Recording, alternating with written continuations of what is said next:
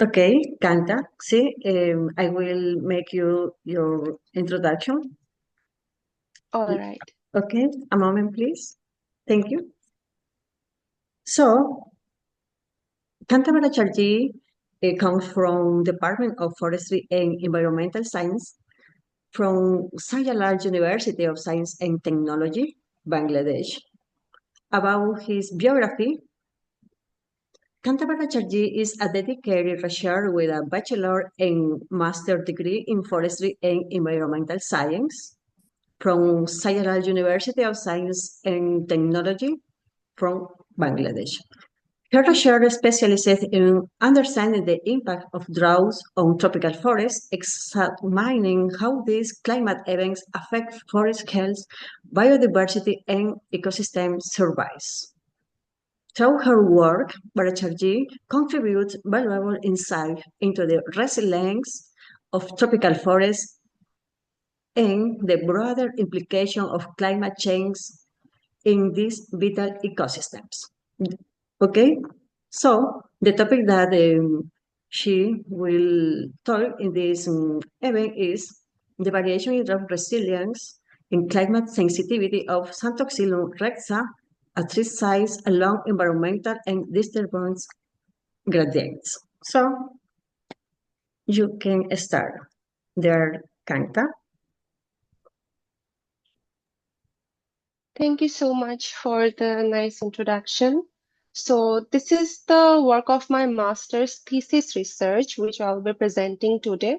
The title of my presentation is Variation in Drought Resilience and Climate Sensitivity of Zanthoxylum rhetsa at three sites along environmental and disturbance gradient.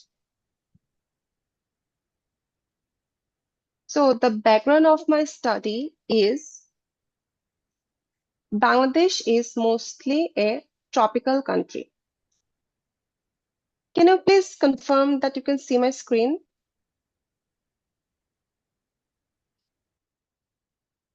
Okay, I think it's visible. So, global climate change has been affecting tree growth around the world, and such impacts are predicted to be intensified under future climate change, particularly in the tropics. In addition, we can see an increasing frequency of droughts might have altered the forest dynamics and the carbon balance of tropical forests, along with mass mortality and tree growth decline. The forest ecosystems of Bangladesh are highly sensitive to climate and extreme climatic events because of the country's whole geographic position. So, the drought tolerance of trees may vary with geographic position, drought severity, and plant functional times. Therefore, it is very necessary to study the growth response of trees to extreme drought events and climate anomalies to forecast the future tree growth under climate change scenarios. For our study, we developed three objectives. The first objective is to develop the ring width chronologies of Z-rhetsa from three study sites, which are Remakalinga Wildlife Sanctuary, Laochar National Park, and Kapai National Park. Secondly, to evaluate the growth response of Z-rhetsa to the 1999 and 2006 drought events and compare the drought resilience of this species at three sites and between two drought events. And finally, to investigate the sensitivity of Z-rhetsa to annual climate anomalies at three study sites. For the study, we chose three study sites for their distinctive characteristics. Firstly, the Remakalinga Wildlife Sanctuary is the most intact and the less disturbed site among the three study sites. It has an annual rainfall of 2,367 millimeter, which makes it relatively drier than the other sites. Secondly, the Laochar National Park, it is the most disturbed site among the three study sites. It also has a similar amount of rainfall, which is 2,367 millimeter. And finally, Kapai National Park, it is comparatively considered wetter site among the three study sites. It has an annual rainfall of 2,726 millimeter and it is intermediately disturbed. So for our study, we selected the species Zanthoxylum rhetsa. it is an endangered species in Bangladesh, and it is an also commercial timber species, making it very important to the whole economy. As we have discovered that Zanthoxylum rhetsa forms a distinct tree ring, so it is very important for our dendrological study. So for that, we have collected a total of 134 cores from 67 trees from the Remakalinga Wildlife Sanctuary. We collected 2 cores from each tree. Then we collected 186 cores from 93 trees from Laucha National Park. After that, we collected 124 cores from 62 trees from Kaptai National Park. For coring, we used 5.3 millimeter increment borer. Here you can see the flowchart of the whole methodology of my study. First, we collected sample from trees. After that, we placed them on the holders and sanded the sample with grit paper ranging from 80 to 2000 sanding paper. After that, we scanned the sanded core and we scanned images. We found that the anatomical features of the trees there. After that, from the images, we detected the ring with co-recorder and C-dendro software. For cross-stitching, we used T-subquint software, and finally, we found the individual ring width series.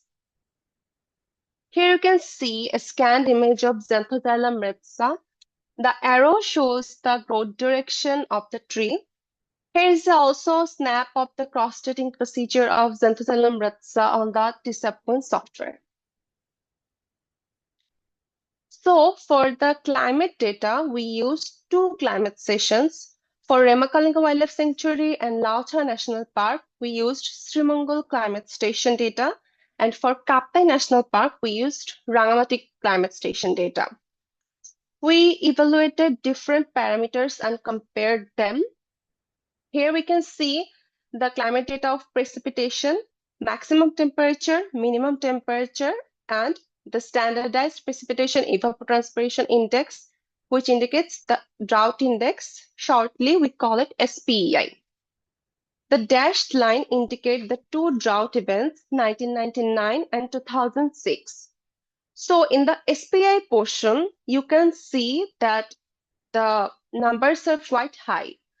So the higher the drought, the lower the SPI value gets. So we can see that the SPI value is quite low here.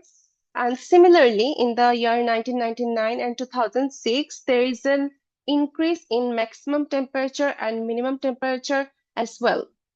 But we can see, on the other hand, there is a lower value of precipitation in those years, which indicates the actual scenario of drought index. So here we can see the comparison between the 2 drought years, 1999 and 2006. The first column shows the average annual climatic conditions of the 2 study sites. The red dotted lines are the prolonged dry season, and the blue area indicates the annual precipitation. So in the 1999 and 2006, we can see a prolonged dry season and a average of lower precipitation value comparing to them to the annual average value. For our study, we used 4 components of drought resilience, which are resistance, recovery, resilience, and relative resilience. We used R software and Excel for all the statistical analysis. So we have developed the first ever chronology of Zanthoxylum rhetsa. The first chronology is from the site Remakalinga Wildlife Sanctuary. It is the longest chronology among the 3 study sites, which is of 93 years. And the chronology of Laucha National Park and Kaptai National Park both are of 58 years. The gray shaded area indicates the sample depth of our study, and the vertical red lines show the drought years of the study. In the right figure, you can see the growth difference between among the 3 study sites of Zanthoxylum rhetsa. So in our first chronology, we found that it has an EPS of 0.8, which indicates the standard EPS value for the chronology. And at Laochora and Kaptai, we have an EPS value of 0.87 and 0.91, which indicates a good ratio for the EPS value of the chronologies. After that, we calculated the climate growth relationship of Zanthoxylum rhetsa at 3 study sites.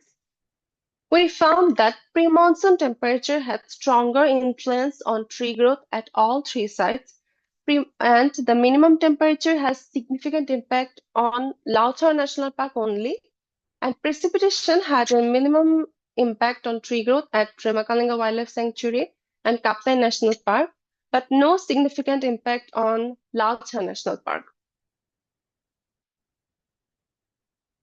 Here we evaluated the spatial correlation of ringwidth index with the climate data. We can see the tree radial growth of Zanthoxylum rhetsa from Remakalinga Wildlife Sanctuary showed correlation with regional precipitation, temperatures, and SPI, mainly in the pre-monsoon season. And the ringwidth index from Lauchar National Park showed correlation with regional precipitation and SPEI of 2 varying months, which are March and April. The radial growth of Zanthoxylum rhetsa from Kaptai National Park showed correlation with regional precipitation, maximum temperature, June SPI, and the vapor pressure.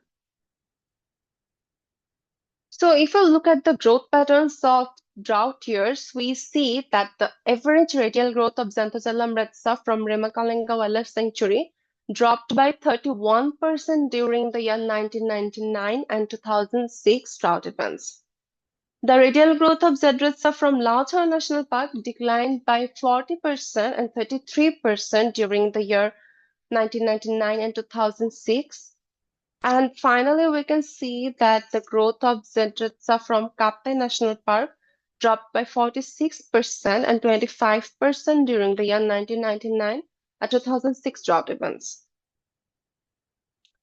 So comparing the variation of the drought resilience of Z rhetsa among 3 sites, we found out that the drier site like Remakalinga Wildlife Sanctuary is more resistant than other sites, that is Lauchara and Kaptai National Park, but it has a less recovery.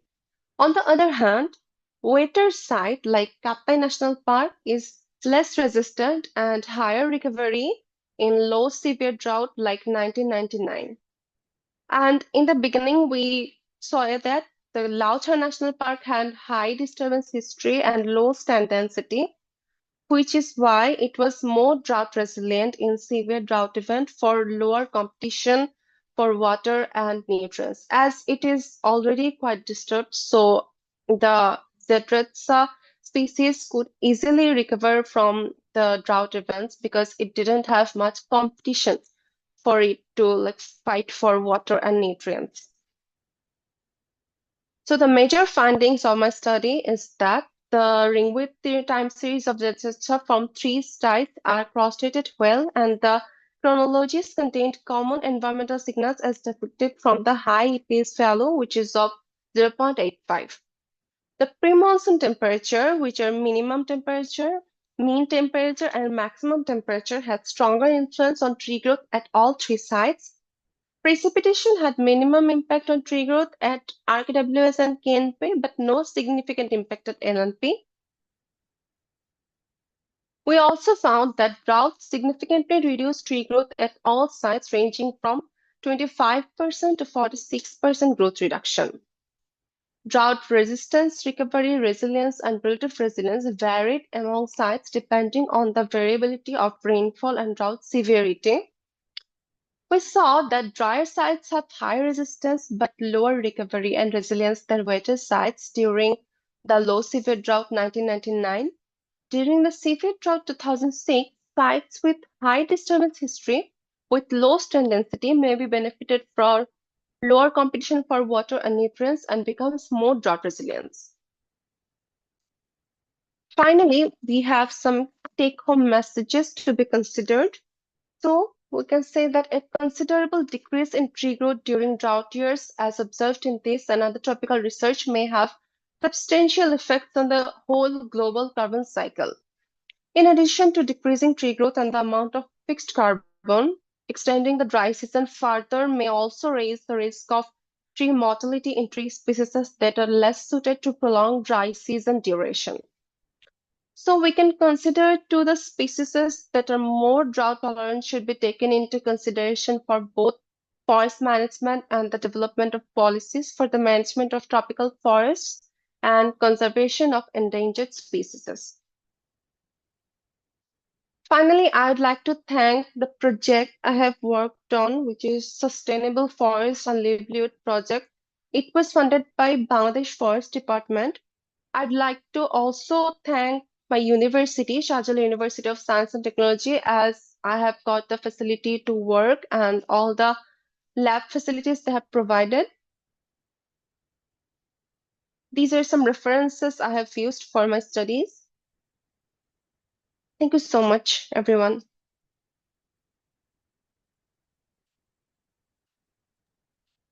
Thank you so much. They are Kanta. Very nice and very interesting, your presentation. So Thank you. we have time for make any question from any participant, please. We have time for many questions. Okay, you're welcome. Because we have lots of time. I have one question I have written in the chat box. All right, let me see. Actually, I just want to know because you have used to correlate your ringwit data with the temperature and precipitation data from the instrumental climate data set. Okay, but for SPEI, you use the spatial correlation in KNMI. But my question is, have you tried to correlate your ringwit data set with the SPI data prepared based on the instrumental data set what you used? Have you tried that one? Just a query. No, not really. We didn't Yeah, use SPA data from the instrumental. it's just a suggestion because you have established correlation pattern with existing instrumental data and you have used precipitation temperature for maximum, minimum and mean average. Okay. So if you prepare the SPI data or develop based on the instrumental record, then you correlate with the ringwit data. It may give you the very good clear signal. So instead of preparing the spatial data correlation, because in the spatial climate correlation, the correlation are not very high. It is almost 0.2 to 0.3. So far, I guess that one. So you can try that one. Just a suggestion. Right. Thank you so much for your suggestion. Actually, we haven't specifically focused on SPEI only, but I would really like to keep in mind your suggestion. Yeah, Thank you so much. but the resilience, resistance and resilience, it can be better explained with the help of SPI. No, because Right. so far I understand from your talk. And SPI 3, in which SPI 3 you are referring, which season or month? Because SPI 3 data set you can calculate for entire month, like SPI 3 data for the March, April, May, June, everything. But in which month exactly SPI 3 data is giving It clear was signal? it was of March SPI. March. SPI That 3. is March SPI 3 means January, February, March. Right. Yeah. Okay. That's pre-monsoon. Okay. Good. Thank you. It's a good study. In fact, for MSc, the master dissertation, you have worked on so many samples. It's really remarkable. Thank you so much. Thank you. Thank you so much, dear Professor, for your question. Maybe we have another participant, please. Could you make a question for this interesting presentation from Kanta?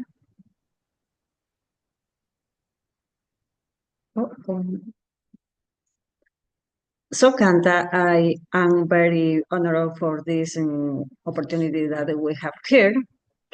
I know that when we are working with tropical species, is great challenge for us. And I was working with Zanthoxylum species 2, but in Ecuador.